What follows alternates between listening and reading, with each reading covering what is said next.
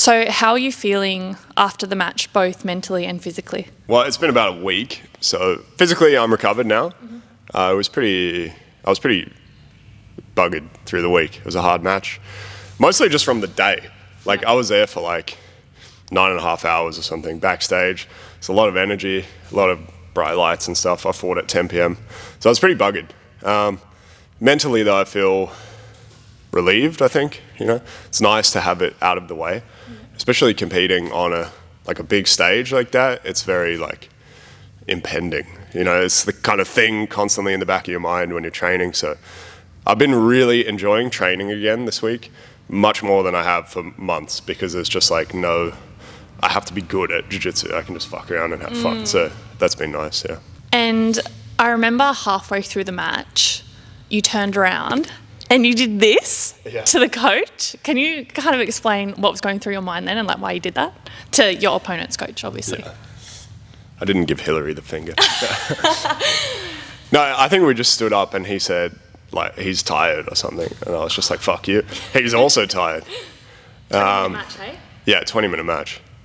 But yeah, I felt like he was just annoying me the whole time as well. Not actively, but he was constantly kind of just saying like, don't engage, just sit in his guard, don't try and pass, don't go chest to chest, So it was kind of just like irritating that he was coaching that way. Yep. So then he said I was tired and I just gave him the finger. So what was your strategy going into the match and how did it evolve once you were on the mats? Basically, I didn't really have a strategy.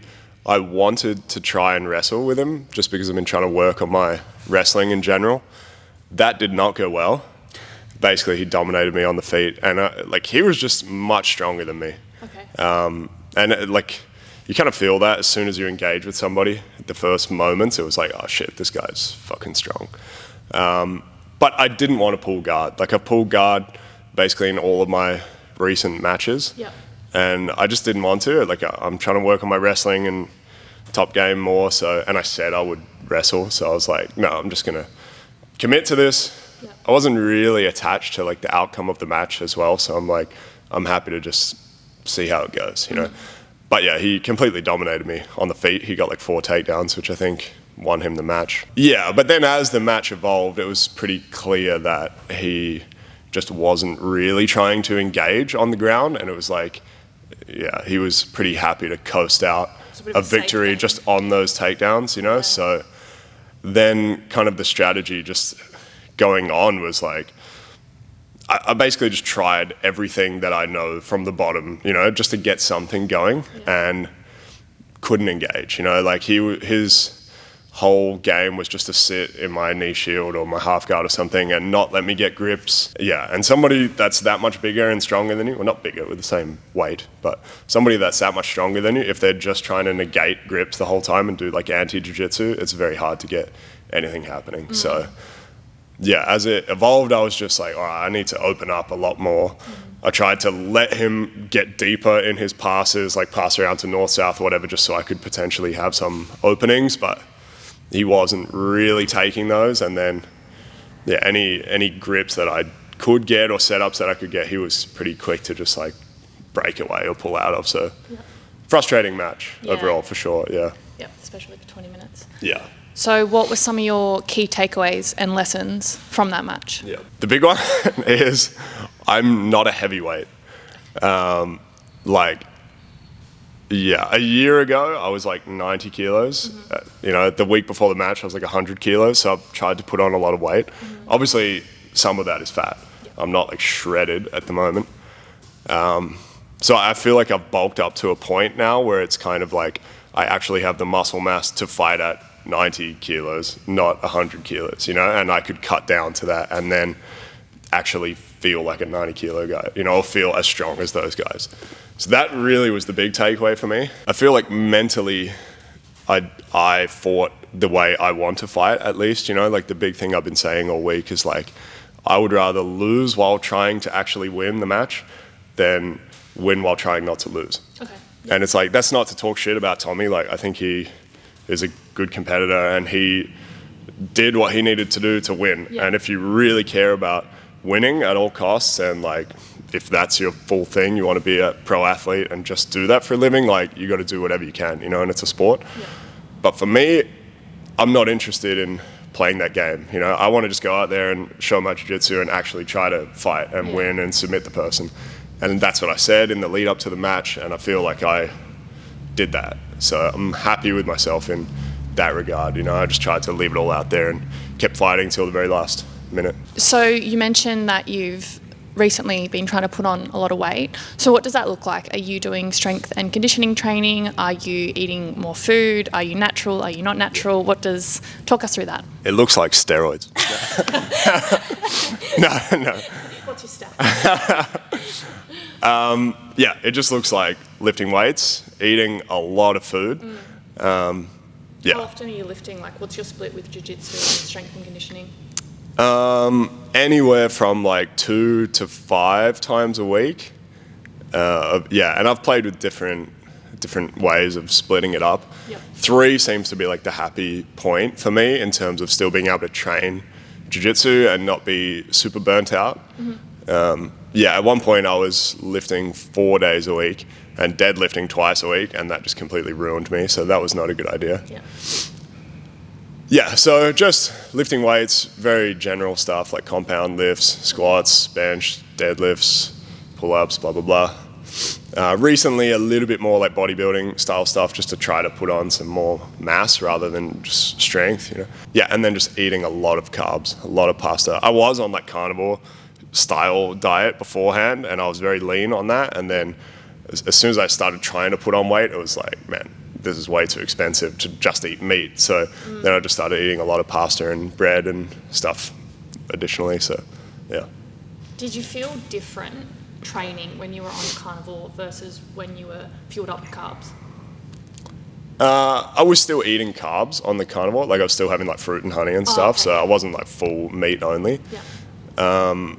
I definitely felt good eating that kind of a diet. And when I would have like refined carbs, when I was doing that, it made me feel very sluggish and tired. Oh, interesting. But then I don't feel that anymore, which is interesting. Like, I don't know if that was like a mental bias, like I'm like anti-carbs, and then you have carbs and you're like, oh, I feel so shit. And I definitely feel better being heavier.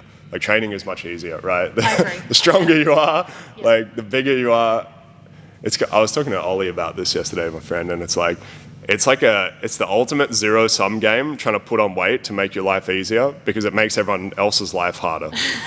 Like it's worse for all your training partners, but it's better for me, so. Cool. So what's next for you with jiu-jitsu? Like, do you have plans on competing more, or do you want to take a step back? Like, what's next? Basically, in the lead up to the match, I was fairly adamant that I wasn't going to compete anymore.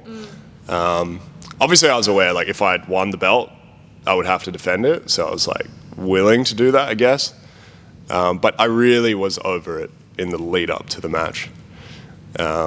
Just because competing takes a toll. Like, it's a huge time and energy commitment, which I feel like I'm turning 30 this month. And that's been in the back of my mind where it's like, I feel like I've devoted so much of my life to jiu-jitsu and not to like other adult things that I need to put some attention into, So, but then I really enjoyed the whole experience, So it definitely kind of like reignited some passion for competing again. So I do think I will compete still.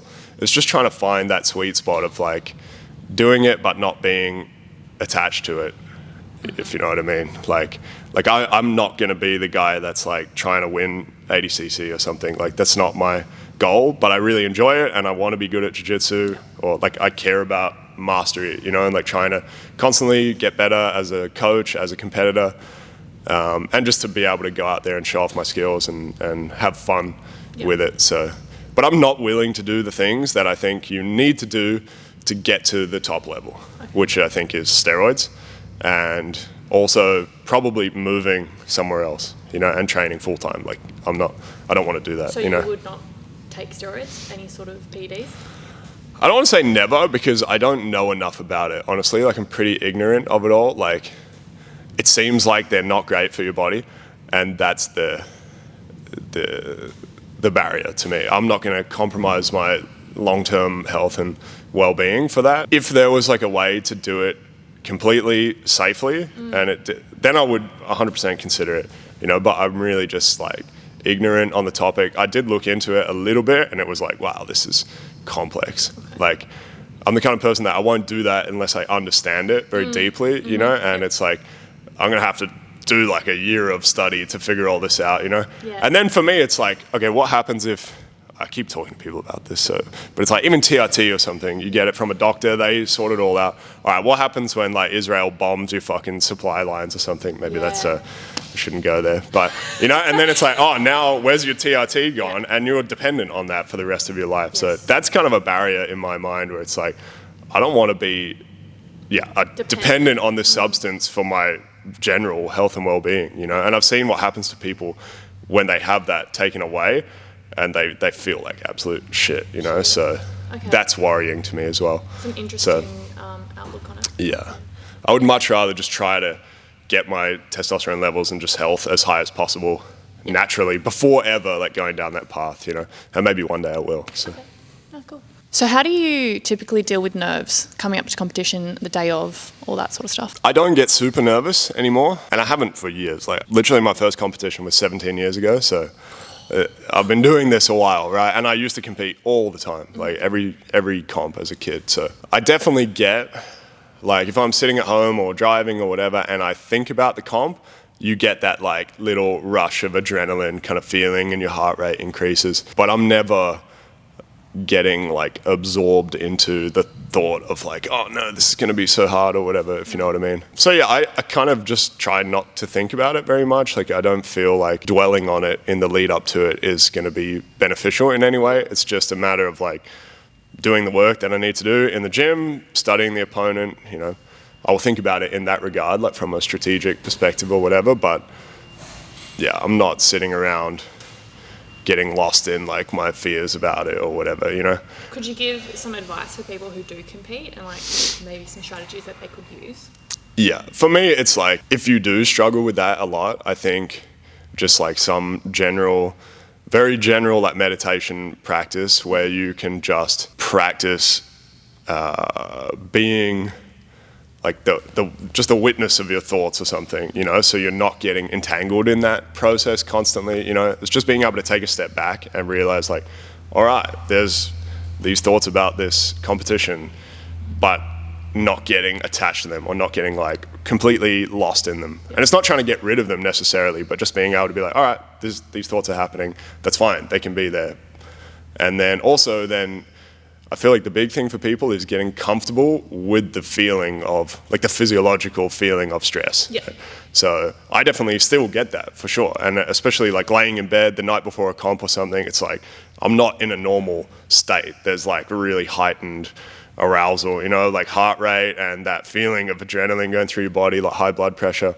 But it's kind of just like letting that be there and not freaking out about it and just trying to relax and maybe do down-regulating like breathing practices or something to try to settle everything down. But that's really my strategy. And so you're a sponsored athlete, right? I am, yes. Yeah, I'm sponsored by Inversion Fightwear lately. Yeah. They've been very good to me. I really like the gear. This is a limited edition kit, so if this video comes out before then, go and buy the kit. But yeah, shout out to Inversion. They've been very good to me. Is there anything else that you'd like to say to your fans, supporters, or is there anyone that you would love to get a match with? Get a match with? Maybe Curtis. Maybe. Yeah, maybe. It's like, it's a stressful match. Yeah. You know, so I would like to fight him. Like I said before, he submitted me. I would like to actually just roll with him. You know? Yeah, it's like, I want to just have a match with him. Maybe he's way better than me and he'll submit me again in 10 seconds, you know, I don't know. But I would like to actually just roll with him. Yeah. So that's a match I'm definitely interested in. I don't think there's really anyone else that I'm like, wow, I really want to fight that person. Mm-hmm. Yeah, and the other thing, just, yeah, I'm very grateful to anyone who's actually interested in watching me compete and cheering me on, right? Like it makes such a big difference when you're competing, having your friends and family and just people in the community that care about you and are cheering you on, you know. And I really feed off that when I compete. And like I think if that fight was in wherever Tommy's from, like it would have been very different. Like maybe I would have broken, you know, whereas having your friends and everybody screaming at you, it makes a complete difference. So you're conscious of that? And that really like fuels me, where it's like, I'm not going to give up in front of all these people that are like, you know, they're giving me their energy and time and attention. It's like, I'm going to give it back to them, you know, so that makes a huge difference. So I really appreciate that. And everyone that trains with me as well, Evo or anywhere else, you know, that's huge. You can't do this without training partners. That's one of the barriers for me to competing, is it's quite hard to find high-level training partners nowadays, especially who are big and who are just free at the same time as me, right? So because I'm coaching all the time. So yeah, I really appreciate anyone that comes to roll with me or that I roll with elsewhere. Who are some of your training partners around Perth? In the lead up to this event, I was training with Josh Shipton a lot. That was good. He's terrifying to roll with, especially to stand with. He threw me a lot worse than he threw Caleb, that's for sure, in training. I train with Caleb as well. Sometimes I go down to Matt Shark. Obviously, all of my students at Evo. I'm lucky they're actually getting to a point where they're like good training partners now. So that makes a big difference. And then historically, everyone at Sub Factory as well. I haven't been going there as much lately. But yeah, everyone there, go to AMA open mats. So just try and get around. Yeah. Cool. Just one last question. What was your favourite match and why? Yeah, pretty much watched the whole event afterwards on the stream. Not much of it live. I saw the best one by far for me was Alex Torres versus Jamie Hunt, the combat jiu-jitsu. And I watched the first round of that in the room, like in the stadium, and that was like, fuck. They're trying to murder each other. So that was like confronting almost, like very intense. It's completely different watching striking in person to on a stream or something. Like, so that was very intense and it was a really good match. The other one was CJ. I was super impressed. Like, yeah, every time I've trained with him in the past, he's incredibly good. And I think he's one of the people in Perth that will be very high level in a couple of years, you know, like he's doing all the things that he needs to do. And that was a really impressive match. And in the beginning, I was really impressed with the other guy. And then CJ kind of started to come back and took control and got a sick triangle. So very impressive. Cool. Awesome. Thank you so much. Appreciate it. No worries. Thank you.